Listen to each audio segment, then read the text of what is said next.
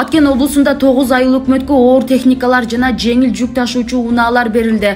Алар 43 айылды таза суу менен камсыз кылуу максатында тапшырылды. Министрлер кабинети менен Ислам өнүктүрүү банкы жана Сауд өнүктүрүү фондунун ортосундагы кызматташтыктын натыйжасында коомчулукту өнүктүрүү жана инвестициялоо агентствосу тарабынан ишке ашырылды. Алып жаткан техникаңыздар куту болсун, максаттуу пайдаланып, эл үчүн көп жыл кызмат кылмак.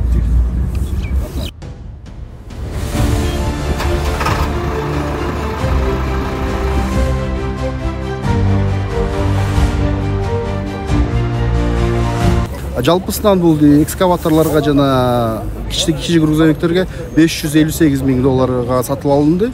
Азыр ошол айыл өкмөттөргө төрт берилди. Техникалар Баткен облусунун ушул долбоорго кирген айылдардагы таза суу муниципалдык ишканаларынын техникалык базасын чыңдоо жана курулган суу системаларынын туруктуулугун камсыздоого көмөк көрсөтүү максатында берилди.